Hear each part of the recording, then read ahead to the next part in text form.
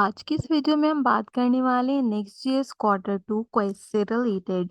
मैं आपको यहाँ पे क्विज के कुछ क्वेश्चंस बताऊंगी जो कि आपके लिए बेनिफिशियल रहेंगे क्विज को अलॉट करते हुए गवर्नर हाउस के अंदर। तो मेक श्योर कीजिए कि आप पूरी वीडियो को वॉच करें, इन सवालों को अच्छी तरीके से समझें ताकि अगर इनमें से कोई भी क्वेश्चन आपके पास गवर्नर हाउस के टेस्ट में आता है तो आप मेक श्योर करें कि इसे लास्ट में क्लियर कर लें। आज की ये वीडियो मेरे एक सब्सक्राइबर की रिक्वेस्ट के ऊपर क्रिएट की जा रही है, तो यहाँ पर हम अपने क्विज को विदाउट वेस्टिंग अ टाइम शुरू करते हैं। मैं आपको एक एक करके सवाल बताती हूँ और एक एक कर कर उनके जवाब बताती हूँ। हमारा सबसे पहला क्वेश्चन है यहाँ पे कि आप बताइए, कंपोनेंट इन नेक्स्ट.js app routes are server component by default. तो जी हाँ, नेक्स्ट.js के अंदर जो ऐप राउट्स होते हैं उसमें हमारे कंपोनेंट डिफॉल्टली स्टोर किए जाते हैं। तो करेक्ट आंसर यहाँ पे रहेगा ट्रू। हमारा सेकंड क्वेश्चन है, server components are render in HTML on the client. जब हम क्लाइंट पे काम करते हैं तो क्या हम सर्वर कंपोनेंट को सिर्फ HTML में ही रेंडर करते हैं, हम उसके अलावा इसको रेंडर नहीं कर सकते? तो यहाँ पे करेक्ट आंसर रहेगा हमारे पास फॉल्स। थर्ड क्वेश्चन है, which of the following is a correct way to make about route in the नेक्स्ट.js। हमने डायनामिक राउटिंग पढ़ी है, आपको पता होना चाहिए कि आप किस तरीके से यहाँ पर नेक्स्ट जीएस में अपनी राउटिंग कंपाइल करते हैं। अच्छा, अब देखें, अगर हम इनको गौर से देखें तो इसमें क्या चीज़ है हमारे पास यहाँ पे, ऐप में अबाउट और अबाउट में page dot tsx। Correct answer हमारे पास ये होना चाहिए। बाकी ऑप्शंस में अगर देखो तो ऐप में अबाउट, फिर अबाउट में अबाउट डॉट tsx, आप ये भी बना सकते हो, लेकिन ज़्यादा बेटरमेंट क्या होती है कि आप ऐप में जाओ, देन आप अबाउट में जाओ और फिर आप यहाँ पे पेज डॉट TSX बनाओ। ये सही तरीका होता है नेक्स्ट जेएस में अबाउट रूट को बनाने का। देन हमारे पास यहाँ पे चौथा क्वेश्चन है जिसमें कहता है, which of the following is a correct way to implement a block dynamic राउट।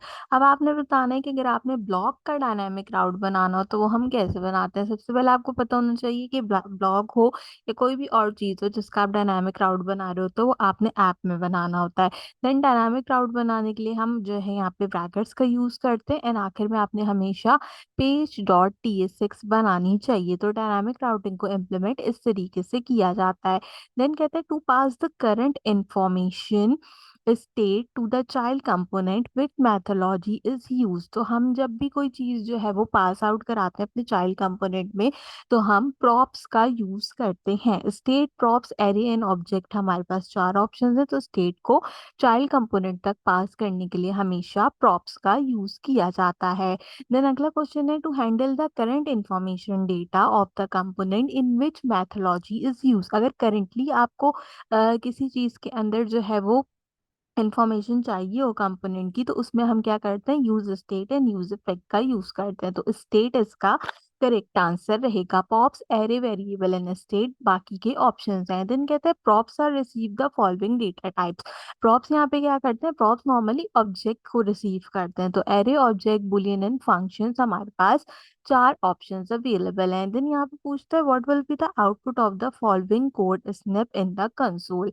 आपको यहाँ पर एक कोड दिया गया है जिसमें आप देखें कि रिएक्ट के हुक्स स्टेट जो है वो स्टेट हुक को कॉल किया गया है और चाइल्ड कंपोनेंट को यहाँ पे कॉल किया गया है। अच्छा, इसमें पेरेंट एंड चाइल्ड हमारे पास यहाँ पे दो तरीके की जो है वो ना कंपाइलेशन है। हमने यहाँ पे क्या किया, एक पेरेंट एलिमेंट बनाया, उसमें हमने एक यूज स्टेट का यूज करते हुए मैसेज को सेट किया जिसमें हमें hello from the parent divide out किया। जबकि जब हम अपने चाइल्ड कंपोनेंट में आए तो उसमें जो हमने मैसेज जो है वो कंसीडर किया है, वो हमने क्या किया है, वो चाइल्ड डॉट वो हमने कॉल किया। एक्चुअली ये दो चीज़ें हैं, ये हमारे पास अपना पेज डॉट tsx का कोड है, एंड देन ये हमारे पास चाइल्ड कंपोनेंट का कोड है। तो उन्होंने दोनों को एक साथ में जो है वो अलग अलग कंपाइल के इधर एक साथ ही रख कर दे दिया। ठीक है, तो इस वाले चाइल्ड कंपोनेंट से पेरेंट कंपोनेंट के अंदर मैसेज जो है वो कॉल्ड आउट हो रहा है। तो चाइल्ड कंपोनेंट में मैसेज है, आई एम अ चाइल्ड कंपोनेंट।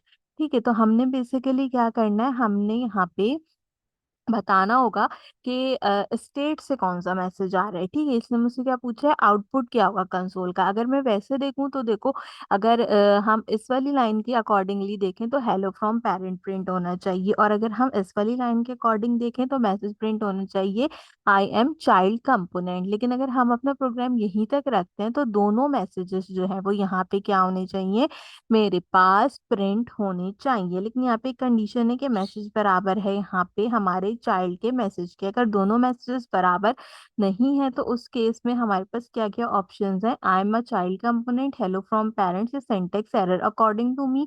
तो दोनों ऑप्शंस प्रिंट होने चाहिए, लेकिन अगर दोनों में से भी कोई एक ऑप्शन प्रिंट करना होगा तो देन में हेलो फ्रॉम द पेरेंट वाले ऑप्शन के साथ जाऊंगी। क्यों? क्योंकि अगर वैसे देखा जाए ना तो ये पेरेंट चाइल्ड कम्युनिकेशन है, लेकिन क्योंकि इन्होंने ऑप्शन एक ही चूज करने का दिए तो हम वो ऑप्शन चूज करते हैं जो सुपीरियर होता है, तो फिर hello from the parent correct होगा।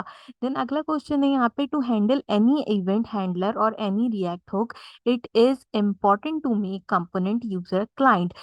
जी हाँ, बिल्कुल, हमें क्लाइंट साइड कंपोनेंट बनाना होता है रिएक्ट हुक को यूज करते हुए। आपको पता है ना वो पर यूज क्लाइंट लिखते हैं, तो वो वाली बात यहाँ पे पूछिए। देन पूछा है what is hydration error. Hydration error क्या होता है? एक्चुअली हाइड्रेशन एरर जब होता है जब सर्वर और क्लाइंट के एचटीएमएल में फर्क होता है। जब दोनों में फर्क होगा तो हमारे पास हाइड्रेशन का एरर आता है, और काफी सारे लोग इस एरर को फेस भी करते हैं। हमसे पूछा जा रहा है कि अगले क्वेश्चन के अंदर कि नेक्स्ट जेएस के अंदर मेन फाइल क्या होती है हमारे पास, पेज डॉट टीएसएक्स या लेआउट डॉट टीएसएक्स। तो सबको पता है पेज डॉट टीएसएक्स। अब सबसे इंपॉर्टेंट सवाल, एपीआई की एब्रिविएशन क्या होती है? तो एप्लीकेशन प्रोग्राम इंटरफेस इसका करेक्ट आंसर रहेगा हमारे पास। एपीआई होती क्या है? अब आपने अगले क्वेश्चन के अंदर ये बताना है। तो एपीआई एक सेट ऑफ रूल्स होती है जो कि डिफरेंट एप्लीकेशन को कम्युनिकेट करने में हमारी क्या करती है, मदद करती है। तो यहाँ पे API is a set of rules and protocol that allow different software application to communicate with each other।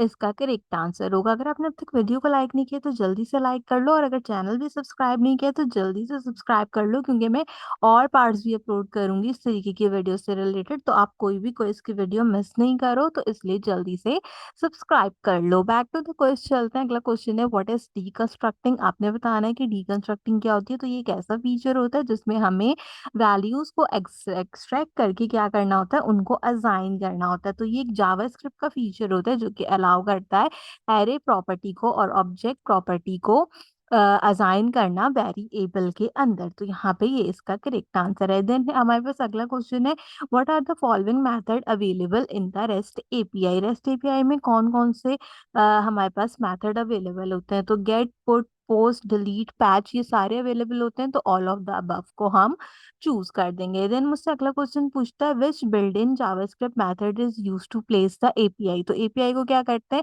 Fetch करवाते हैं, तो हम फेच यहाँ पे चूज करेंगे। New URL, JSON and get API response बाकी के ऑप्शंस हैं। देन पूछता है fetching API in JavaScript asynchronous method.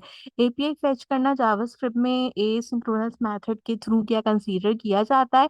तो जी हाँ, बिल्कुल, हम एसिंक्रोनस अवेट कर कर इसका यूटिलाइजेशन कर सकते हैं। देन पूछता है in what format do we receive the API response.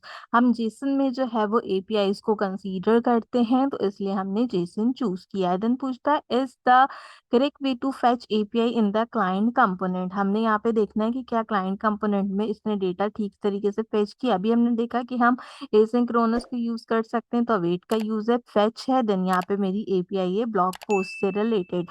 Simple यहाँ पे पोस्ट पोस्ट है, देन पोस्ट आईडी और पोस्ट टाइटल को कॉल किया हुआ है, तो बिल्कुल परफेक्ट है। इसने यहाँ पे हमारे पास एपीआई जो है वो बिल्कुल परफेक्ट जो है वो फेच कराई भी है, जेसन में है, अवेट भी है, फेच भी है, और बाकी की चीजें भी अवेलेबल हैं। तो यस जो है वो इसका करेक्ट आंसर होगा।